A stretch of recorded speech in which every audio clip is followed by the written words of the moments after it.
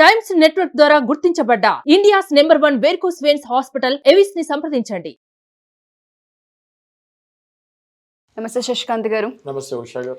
కోల్కతా ఇన్సిడెంట్కి సంబంధించి ఎప్పుడైతే supreme court involvement అయ్యి ఇనిషియేటివ్ తీసుకుందో చాలామంది దాన్ని అప్రిషియేట్ చేయడం జరిగింది. ఫస్ట్ ఆఫ్ ఆల్ ఆ జడ్జ్కి కూడా మనం థ్యాంక్స్ చెప్పాల్సిన అవసరం ఉందని చెప్పొచ్చు. నిన్న జరిగిన డిస్కషన్ ఏదైతే ఉందో కొన్ని కీలక అంశాలు బయటకు వచ్చాయని చెప్పొచ్చు. ఆ కేసుకి సంబంధించి ఏదైతే అక్కడ జడ్జ్ మాట్లాడుతూ ఉన్నారో కొన్ని అంశాలను వాళ్ళు వెలువడిస్తూ ఉన్నారు. దీనికి సంబంధించిన పూర్తి వివరాలు ఏంటి అండ్ ఆ డిస్కషన్లో ఏ అంశాలు కేసుని ఇంకొంచెం ముందుకు తీసుకెళ్లే అవకాశం ఉంటుంది అంటారు, న్యాయం జరిగే వైపు ఏ విధంగా వెళ్ళే అవకాశం ఉంటుంది అంటారు? యాప్ట్ టైంలో మనం డిస్కస్ చేస్తున్నామండి. ఎందుకంటే నిన్ననే మన supreme court of India appellate court అంటారు దాన్ని, అంటే apex court of the country, అంటే దానికంటే హైయెస్ట్ కోర్ట్ ఇంకా మన ఇండియాలో ఉండదన్నమాట. దాంట్లో చీఫ్ జస్టిస్ అంటే అందులో ఎంతోమంది జడ్జెస్ ఉంటారు సుప్రీంకోర్టులో కూడా. అందులో చీఫ్ జస్టిస్ అంటే ఈయన టాప్ జడ్జ్, ఆయనని చీఫ్ జస్టిస్ ఆఫ్ ఇండియా అంటారు, చంద్రచూడ్ గారు. ఆయన చాలా క్లియర్గా ఈ కేసు మీద చాలా సీరియస్ రియాక్షన్ ఇస్తాం జరిగింది, which is very very very positive and good for the country whole together. మనం మొన్న వీడియోలో మాట్లాడుకున్నది కూడా ఇట్లా 29 రాష్ట్రాలు ఉంటే రాష్ట్రం దేశంలాగా విడిపోకుండా ఏ రాష్ట్రంలో ఇట్లాంటి ఇన్సిడెంట్ జరిగినా కూడా సుప్రీంకోర్ట్ ఆఫ్ కంట్రీ దానికి ఇంత త్వరగా రియాక్ట్ అవుతాం అన్నది శుభపరిణామంగా మనం భావించవచ్చు. అండ్ డెఫినెట్లీ దీని ఇంపాక్ట్ ఆల్ ఓవర్ కంట్రీ మీద ఉంటుంది. ఒక భయం అన్నది క్రియేట్ అవుతాం స్టార్ట్ అయిపోయింది ఆల్రెడీ. అయితే ఇందులో చీఫ్ జస్టిస్ గారు ఏమన్నారో మనం క్లుప్తంగా మాట్లాడుకుందామండి. ఈ కేసు మీద ఆయన 10 విషయాలు చెప్తాం జరిగింది. ఓకే, దగ్గర అందులో కొన్ని విషయాలు మనం చర్చించుకుందాము.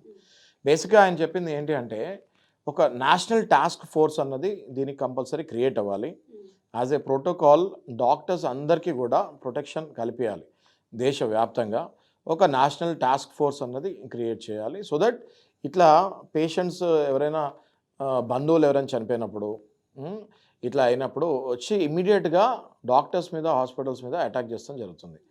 అండ్ ఆయన జడ్జి గారు చీఫ్ జస్టిస్ గారు చెప్తాం ఏం జరిగింది అంటే స్పెషల్లీ ఉమెన్ డాక్టర్స్ వల్నరబుల్గా ఆయన చిత్రీకరిస్తాం చెప్తాం జరిగింది. అంటే వల్నరబుల్ అని వర్డ్ యూజ్ చేస్తారు.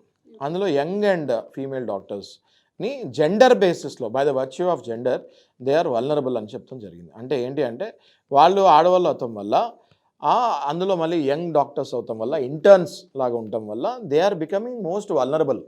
అంటే ఎవరు పడితే వాళ్ళు వాళ్ళ మీద అఘాయిత్యాలకి లేకపోతే అత్యాచారానికి పాల్పడుతున్నారు కాబట్టి వాళ్ళని మోస్ట్ వల్నరబుల్ వాళ్ళలాగా ట్రీట్ చేస్తాం జరిగింది. అందుకని నేషనల్ టాస్క్ ఫోర్స్ ఒకటి కంపల్సరీ పెట్టాలి అన్నారు. సెకండ్ థింగ్ ఆయన చెప్పింది ఏంటి అంటే ఎవరైతే ఆ ప్రిన్సిపల్ ఉన్నారో ఆ పర్టికులర్ కాలేజ్కి ఆయనను తీసేస్తాం జరిగింది. మళ్ళీ వెంటనే మరుసటి రోజే ఆయనను ఇంకొక కాలేజ్లో ప్రిన్సిపల్ లాగా అపాయింట్ చేస్తాం కూడా జరిగింది.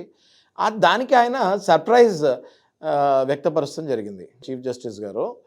ఏదైతే ఆ ప్రిన్సిపల్ని అక్కడి నుంచి తీసేసి ఆయన మీద ఇన్వెస్టిగేషన్ ఇంట్రాగేషన్ అయిన తర్వాత ఆయన ముద్దాయో కాదో తెలిసిన తర్వాత ఆయనకు మళ్ళీ ఇస్తే పోస్టింగ్ ఇవ్వాలి తప్ప ఆ కాలేజ్ నుంచి తీసేసి ఇంకో కాలేజ్లో పెడతాము అన్నది ఆయన దాన్ని తప్పుపట్టారు. ఎందుకంటే ఆయన కూడా అందులో నిందితుడిలాగా పేర్కొన్నారు కాబట్టి వితౌట్ ఇంట్రాగేషన్ ఇన్వెస్టిగేషన్ వెంటనే మళ్ళీ ఆయన ఇంకో కాలేజ్లో ప్రిన్సిపల్ లాగా అపాయింట్ చేస్తామన్నది తప్పుగా భావించారు. తెలిసి బహుశా ఆయన మళ్ళీ అందులో నుంచి కూడా ఇమీడియట్గా డిస్మిస్ చేసేయచ్చు. నెక్స్ట్ ఆయన భావించింది ఏంటి అంటే వెస్ట్ బెంగాల్ గవర్నమెంట్ని చివాట్లు పెట్టడం జరిగింది.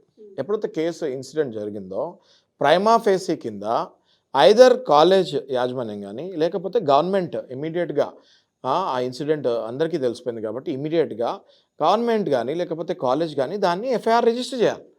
అసలు ఎఫ్ఐఆర్ రిజిస్టర్ చేసడంలోనే జాప్యం అందులో చెందిందని మనకు కనిపిస్తుంది. వాళ్ళ పేరెంట్స్కి కూడా ఒక 3 hours వరకు చూపిస్తాం జరగలేదు.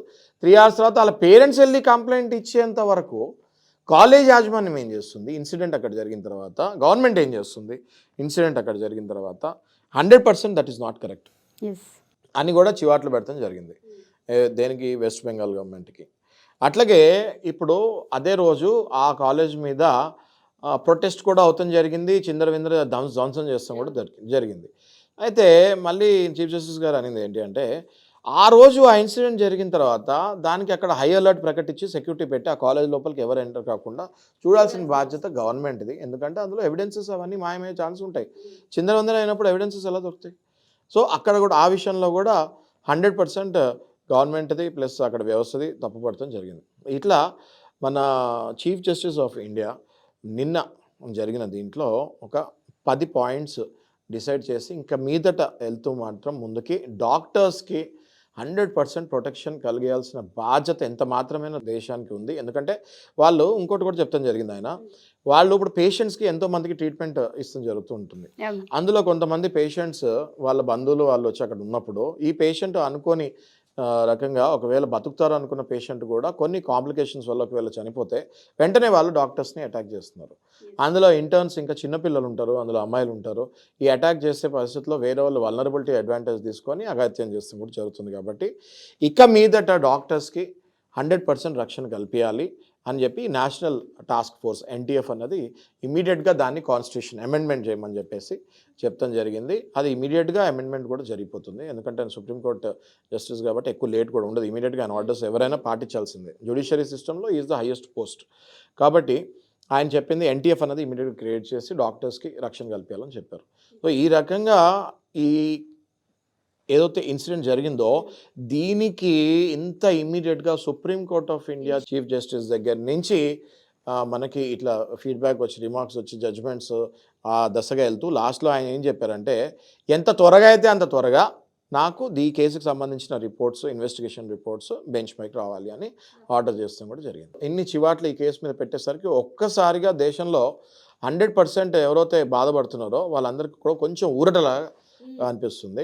And I'm sure that with in few days దీనికి జడ్జ్మెంట్ కూడా పాస్ అయిపోద్దని అనుకుంటున్నాను ఫాస్ట్ ట్రాక్లో. అందులో CJI గారు ఆయనంతటా ఆయనే చెప్పేసరికి ఎంత త్వరగా అయితే అంత త్వరగా దీనికి ఇన్వెస్టిగేషన్ కూడా జరుగుతుంది. 100% ఎవరైతే ఇన్వాల్వ్ అయ్యారో వాళ్ళు ఖచ్చితంగా వాళ్ళకి పనిష్మెంట్ పడుతుంది. అది మనందరం కూడా చూడబోతున్నాం. ఎగ్జాక్ట్లీ మీరు అన్నట్టుగానే ఇప్పుడైతే సుప్రీంకోర్టు త్వరగా ముమ్మరం చేసి మీరు అన్నట్టుగా దీనికి సంబంధించిన రిపోర్ట్స్ కావచ్చు, ఆధారాలు కావచ్చు, అన్నీ ఎంక్వైరీ చేసే ప్రాసెస్ ఏదైతే ఉందో చాలా స్పీడప్ చేయడం అండ్ వాళ్ళే ఇనిషియేటివ్ తీసుకోవడం అనేది చాలామంది ఆడపిల్లలకి ఊరట కనిపించిందని చెప్పొచ్చు. అండ్ లాస్ట్ టైం మనం మాట్లాడడం కూడా సార్ ఇంకా ఇన్సిడెంట్స్ ఇంకొన్ని అయ్యే వరకు ఇలాంటివి. ఇది చాలా కరెక్ట్ పాయింట్ అండి.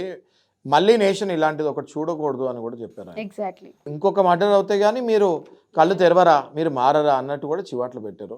ఇట్ ఈస్ రియల్లీ అమేజింగ్ అండి. We have to really appreciate him. ఎందుకంటే ఇంత త్వరగా దాన్ని తీసుకొని ఇంత మన మనోభావాల్ని ప్రజల మొత్తం మనోభావాల్ని దేశవ్యాప్తంగా ఉన్న ప్రజల మనోభావాల్ని ఆయన వ్యక్తపరుస్తూ జరిగింది. సో ఆయనని తప్పకుండా అభినందిస్తూ త్వరగా జడ్జిమెంట్ కూడా రావాలని మనం కోరుకుంటూ ఆ అమ్మాయి ఆత్మకు శాంతి కలిగించాలని కోరుకుంటాం. మీరు అన్నట్టుగానే త్వరగా జడ్జిమెంట్ పాస్ అవ్వాలని, ఆ అమ్మాయి ఆత్మకు శాంతి కలగాలని కోరుకుందాం. Thank you sir, thank you so much.